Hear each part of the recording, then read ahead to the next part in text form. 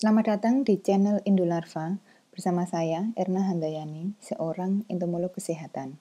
Pada kesempatan kali ini saya ingin membagikan materi mengenai pengamatan entomologi. Pengamatan entomologi dilaksanakan dengan melakukan survei entomologi. Survei entomologi adalah kegiatan pengumpulan data yang dilakukan untuk dokumentasi dan bahan pertimbangan menetapkan kebijaksanaan operasional pemberantasan vektor. Adapun tujuan survei entomologi yaitu yang pertama, mengetahui hubungan vektor dengan parasit, yang kedua, mengetahui hubungan vektor dengan lingkungan, dan yang ketiga, mengetahui hubungan vektor dengan lingkungan biologik. Beberapa jenis survei meliputi, pertama, survei pendahuluan. Survei pendahuluan adalah data yang dikumpulkan mengenai data dasar mengenai vektor malaria, yaitu fauna nyamuk, konfirmasi vektor, musim kepadatan vektor, kesenangan hinggap, kerentanan vektor terhadap pestisida. Yang kedua, survei longitudinal, yaitu survei yang dilakukan pada masa pemberantasan vektor, biasanya untuk menilai apakah penularan telah terputus atau masih berlangsung. Yang ketiga, survei intensif atau survei khusus. Misalnya, survei khusus vektora. Yang keempat adalah survei sewaktu atau spot survey, terdiri dari survei penentuan daerah potensial KLB, survei di daerah penyemprotan bermasalah, dan lain sebagainya. Survei larva. Penangkapan larva nyamuk sebagai bahan untuk yang pertama, pembuatan peta habitat tempat perkembangbiakan nyamuk, yang kedua, identifikasi spesies larva, yang ketiga, yaitu menghitung kepadatan larva. Penangkapan larva nyamuk yaitu untuk mengetahui ataupun untuk mengidentifikasi genre dan spesies nyamuk di lokasi. Selain itu, dilakukan untuk mengidentifikasi jenis tempat perindukan potensial dan juga untuk menghitung kepadatan jentik. Adapun dalam hal penangkapan larva nyamuk, diperlukan alat dan bahan sebagai berikut. Yang pertama yaitu cidukan ataupun diper. Yang kedua, refraktometer. Yang ketiga, lampu senter. Yang keempat, formulir. Kemudian ada pipet, botol kecil, GPS, dan alat tulis. Adapun cidukan digunakan untuk mengambil larva dari tempat perindukannya. Refraktometer untuk mengukur indikator-indikator lingkungan yang ada di daerah tersebut. Lampu senter untuk memberi penerangan apabila kontainernya dalam keadaan gelap. Formulir yaitu untuk mengisi data-data yang diperoleh di tempat perindukan nyamuk. Pipet digunakan untuk mengambil larva yang telah diambil dari cidukan tersebut. Botol kecil yaitu tempat untuk meletakkan larva yang telah diambil dari cidukan tersebut. GPS yaitu untuk mengambil koordinat tempat perindukan nyamuk. Yang terakhir adalah alat tulis. Alat tulis digunakan untuk menulis hasil-hasil yang didapatkan di tempat tersebut. Cara melakukan survei larva. Cara penangkapan yaitu sebagai berikut. Cidukan dimasukkan sebagian saja dengan kemiringan sekitar 45 derajat. Jentik dimasukkan ke dalam botol berisi air dari tempat perlindungan tersebut dengan menggunakan pipet. Rata-rata kepadatan jentik per cidukan dihitung dengan rumus jumlah jentik yang diperoleh dibagi jumlah cidukan. Perlu diperhatikan dalam hal ini yaitu amati dengan sesama setiap tempat perindukan yang ada. Amati vegetasi yang ada di sekitar tempat perindukan tersebut dan catat semuanya karena ini juga sebagai pendukung dalam hal penentuan kebijakan nantinya.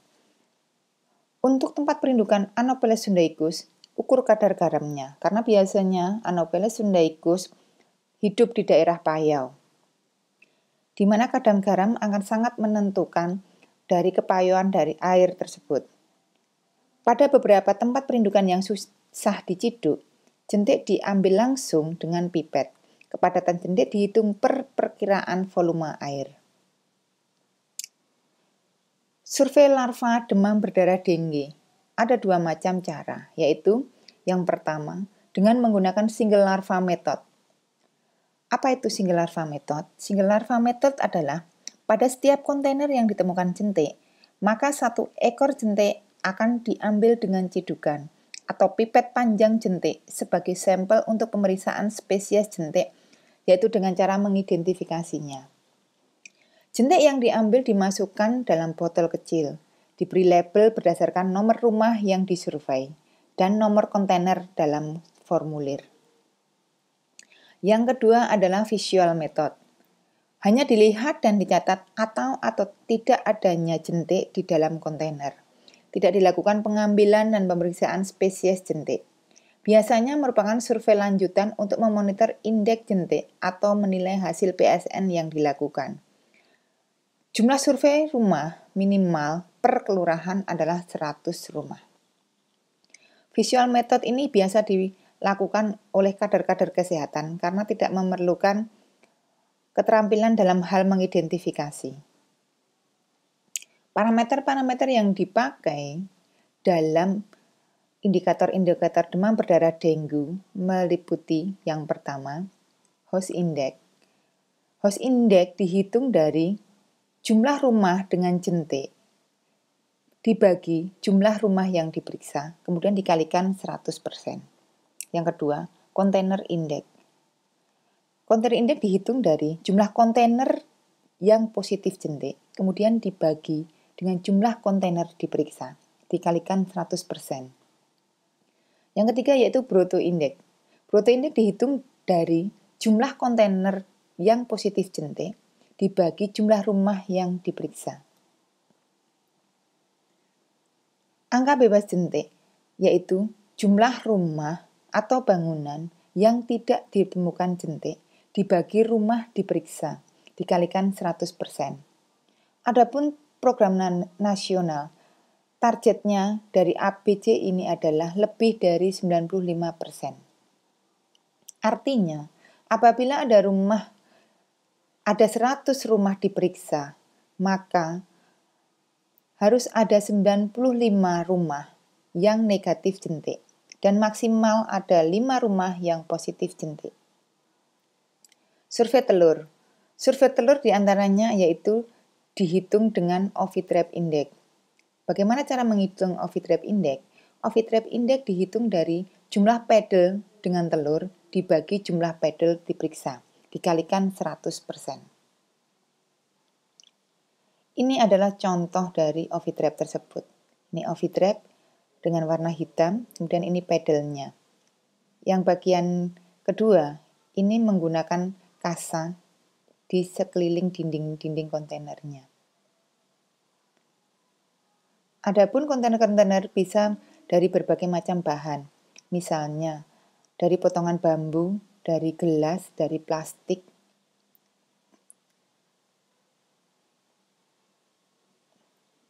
Beberapa habitat Anopheles diantaranya yaitu tempat penampungan air, sungai, sawah, pinggiran sungai, pecahan batu, ini juga di rawa-rawa, di pinggir sawah. Cara penangkapan nyamuk dewasa. Diperlukan bahan dan alat sebagai berikut.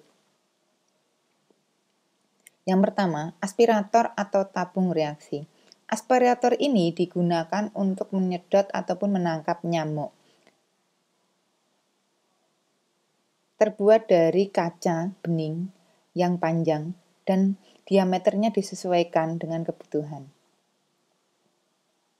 Cangkir kertas atau plastik digunakan untuk tempat penampungan nyamuk dewasa. Kertas label untuk membuat label atau menulisi hal-hal yang perlu diinformasikan. Handuk, mikroskop atau lup digunakan untuk mengidentifikasi nyamuk dewasa yang telah ditangkap, sehingga diketahui spesiesnya. Termometer maksimum minimum digunakan untuk mengukur suhu yang ada di daerah tersebut. Kotak nyamuk, yaitu atau insect box, yaitu digunakan untuk menempatkan nyamuk yang telah dipining untuk disimpan. Rol kabel biasanya digunakan untuk menghidupkan mikroskop karena ia memerlukan listrik. Senter dan batu digunakan untuk penerangan. Kain kasa dan karet ini untuk penutup cangkir kertas atau plastik ini. Kapas ini juga untuk menutup cangkir kertas atau plastik. Kloroform yaitu untuk membunuh nyamuk dewasa sebelum diidentifikasi. Form pencatatan yaitu digunakan untuk mencatat informasi-informasi yang diperoleh. Sling hygrometer dan juga lampu. Cara penangkapan dengan aspirator. Cara-caranya sebagai berikut. Gulung celana sampai lutut. Penangkap menghisap nyamuk yang landing, hinggap maupun istirahat. Terangilah nyamuk sasaran dengan senter. Arahkan mulut ke pipa gelas kira-kira setengah sampai 1 cm dari nyamuk. Di depan, dihisap, jangan terlalu kuat. Masukkan nyamuk ke dalam gelas kertas yang telah disiapkan. Jangan terlalu keras karena nanti akan menyebabkan nyamuk mati ataupun cacat ataupun patah sayap maupun kakinya yang menyebabkan sulit untuk diidentifikasi. Sesuaikan label, yaitu waktu periode, lokasi ataupun jenis, baik umpan orang luar, umpan orang dalam, resting dinding, resting kandang, resting pagi. Kolektor tidak boleh merekok selama penangkapan. Pelaksanaan survei entomologi sebagai berikut. Jumlah, komposisi tim, waktu, dan lama survei entomologi sangat tergantung dengan tujuan dari survei. Sebagai contoh, untuk survei nyamuk dengan tujuan uji kerentanan vektor atau susceptibility terhadap insektisida berbeda dengan longitudinal survei, berbeda pula dengan survei sewaktu. Tetapi selalu harus ada, yaitu entomolog, penduduk setempat, petugas kesehatan setempat, kendaraan yang mengangkut barang-barang, dan juga sopir. Karena survei entomologi Malaya lebih banyak porsinya pada malam hari, maka perizinan sangat berperan penting untuk kelancaran kegiatan tersebut. Syarat umum tempat penangkapan ataupun catching station yang harus didirikan di tempat tersebut, antara lain di daerah dengan kasus malaria tinggi atau ditemukan kasus malaria pada bayi. Dalam hal ini adalah malaria indigenous, dekat dengan tempat perindukan, supaya memudahkan entomolog atau penduduk setempat dalam menangkap nyamuk dan menyetorkan hasilnya untuk diidentifikasi oleh entomolog di dalam catching station. Tidak berhubungan langsung dengan angin atau tidak di pinggir desa. Jarak antar rumah penangkapan dengan tempat identifikasi tidak terlalu jauh, kurang lebihnya 10 menit. Karena dimungkinkan untuk mempermudah, semakin dekat jaraknya akan semakin mudah dalam hal koordinasi. Tidak sedang dalam masa efektif penyemprotan, kecuali untuk uji evaluasi. Karena apabila pada masa efektif penyemprotan, kemungkinan nyamuknya tidak ada ataupun sedikit. Mudah didatangi setiap waktu. Masyarakat mau bekerja sama karena hubungan dengan berkoordinasi dan juga keamanan dari tim pelaksana survei kasus malaria ini. Satuan terkecil adalah dusun atau kampung. Penangkapan nyamuk dengan umpan orang. Penangkapan di dalam rumah dengan memilih yang ada penderitanya. Penangkapan dalam rumah sebaiknya di ruang tidur atau ruang tengah. Penangkapan di luar rumah di sekitar kebiasaan masyarakat setempat berkegiatan malam. Karena ini berhubungan dengan keberhasilan dari penangkapan nyamuk tersebut. Apabila kita tidak memperhatikan kebiasaan masyarakat, dikhawatirkan hasil dari penangkapan nyamuk tidak sesuai dengan harapan. Penangkap menggulung celana sampai lutut, duduk dengan baik dan tidak boleh merokok selama penangkapan. karena apabila penangkap merokok, maka kemungkinan nyamuk tidak mau mendekat. Penangkapan nyamuk di dinding. Tujuan dari penangkapan nyamuk di dinding yaitu untuk mengetahui perilaku istirahat nyamuk yang bersifat sementara, yaitu pada saat nyamuk aktif mencari darah. Perilaku istirahat inilah yang dapat digunakan sebagai dasar melakukan kegiatan penyemprotan atau IRS, Indoor Residual Spraying. Cara penangkapan. Penangkap mencari nyamuk di dinding dalam rumah, pakaian yang bergantung di kelambu-kelambu, dan lain sebagainya. Nyamuk yang berhasil ditangkap dimasukkan ke dalam gelas, kertas, atau paper cup sesuai label waktunya. Penangkapan nyamuk di sekitar kandang, tujuannya yaitu mengetahui fauna nyamuk yang ada di lokasi penangkapan, mendapatkan nyamuk sebagai bahan uji, dan mewakili apabila umpan orang dan resting dinding gagal. Ini sangat memungkinkan apabila nyamuk bersifat zoofilik atau suka dengan darah hewan. Cara penangkapannya yaitu penangkap mencari nyamuk di sekitar kandang, bukan di badan ternak. Penangkapan di dinding pagi hari. Tujuannya yaitu mengetahui perilaku istirahat di dalam rumah selama menyelesaikan siklus gonotropik sebagai dasar penyemprotan IRS, Indoor Residual Spraying. Cara penangkapan di dinding pagi hari dilakukan pada pagi hari pukul 6 sampai pukul 8 pagi. Menangkap di dinding bagian dalam, rumah yang diperiksa sebanyak 20 rumah. Penangkapan pagi hari di alam. Tujuannya yaitu mengetahui perilaku nyamuk di luar rumah atau di alam terbuka selama menyelesaikan siklus gonotropik. Mengetahui tempat istirahat nyamuk di alam. Cara penangkapannya. Penangkapan dilakukan di semak-semak, batang pisang bagian bawah, tumpukan kayu, atap rumbia, dan di bawah pohon, tebing sungai, tanggul, dan lain-lain. Spot survey dan longitudinal survey. Spot survey atau survei sewaktu dilakukan di daerah yang dicurigai atau daerah yang diduga akan timbul masalah, misalnya terjadi pada kejadian luar biasa. Di daerah perbatasan, di daerah terpencil atau sulit terjangkau, di daerah lain yang dianggap penting. Longitudinal survey dilakukan untuk mengetahui fluktuasi kepadatan vektor atau pola vektor itu. Yang kedua, mengamati bionomik dari nyamuk itu atau pola hidup dari nyamuk tersebut. Yang ketiga, mengetahui umur dari nyamuk tersebut. Yang keempat, mengukur indeks sporozoid dari nyamuk. Yang kelima, mengukur kerentanan nyamuk tersebut. Dari kegiatan 1, 2, 3, 4 dilakukan minimal sebulan sekali. Sedangkan kegiatan kelima yaitu mengukur kerentanan minimal 6 bulan sekali sampai 3 tahun. Untuk kedua survei tersebut idealnya penangkap nyamuk berjumlah 6 dengan pembagian tugas sebagai berikut.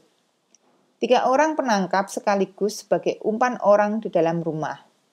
Tiap-tiap orang waktunya kurang lebih yaitu 40 menit dan mencari nyamuk resting dinding masing-masing 10 menit. Sedangkan 10 menit istirahat. 3 orang penangkap sekaligus sebagai umpan orang di luar rumah, masing-masing 40 menit, mencari nyamuk resting di kandang 10 menit, dan sisanya 10 menit istirahat. Waktu penangkapan dilakukan pukul 18 atau 6 sore sampai 24 tengah malam, maupun dari jam 6 sore sampai jam 6 pagi, tergantung tujuan, waktu, dana, dan tenaga yang ada. Jadi lamanya waktu penangkapan ini tergantung sumber dana dan sumber daya yang ada, serta tujuan dari survei tersebut.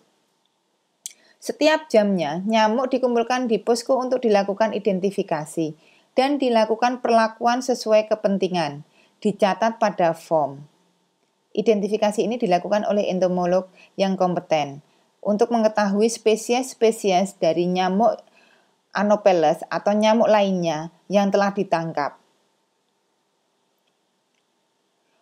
Untuk mengetahui perkiraan umur dengan suatu rumus tertentu yang membutuhkan data parasitas. Demikian pula data ini diperlukan untuk menghitung parity rate. Mengetahui indeks sporozoid, yaitu dengan membedah kelenjar ludah. Apabila akan dilakukan pemeriksaan sporozoid dengan ELISA, maka bagian dada dan kepala diambil. Untuk selanjutnya disimpan dalam tabung Eppendorf yang telah diberi silika gel berlapis kaca.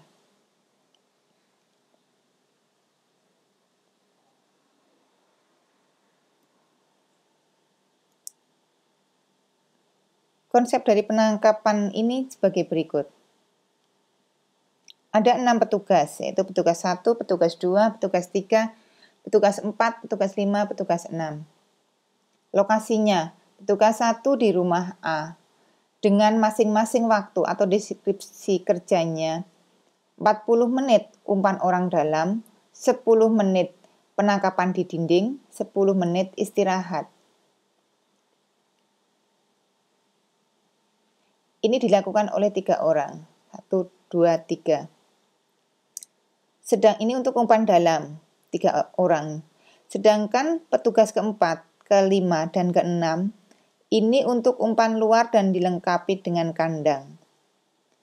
Waktunya sama, yaitu 40 menit umpan orang luar, 10 menit penangkapan di kandang, 10 menit istirahat. Ini adalah 3 petugas, yaitu petugas keempat, petugas kelima, dan petugas keenam. Rumus-rumus dalam survei entomologi meliputi MHD atau Man-Hour Density, yaitu jumlah nyamuk tertangkap per orang per jam. Dengan rumus sebagai berikut, jumlah nyamuk yang tertangkap dibagi jumlah penangkap dikali waktu penangkapan dihitung dalam jam. Terdapat MHD indoor, MHD outdoor, MHD resting dinding, MHD resting kandang. Kepadatan nyamuk resting di rumah dihitung sebagai berikut. Jumlah nyamuk hinggap yang tertangkap di dalam rumah dibagi jumlah rumah tempat penangkapan nyamuk tersebut. Demikian sedikit pengenalan mengenai survei entomologi. Terima kasih, semoga bermanfaat.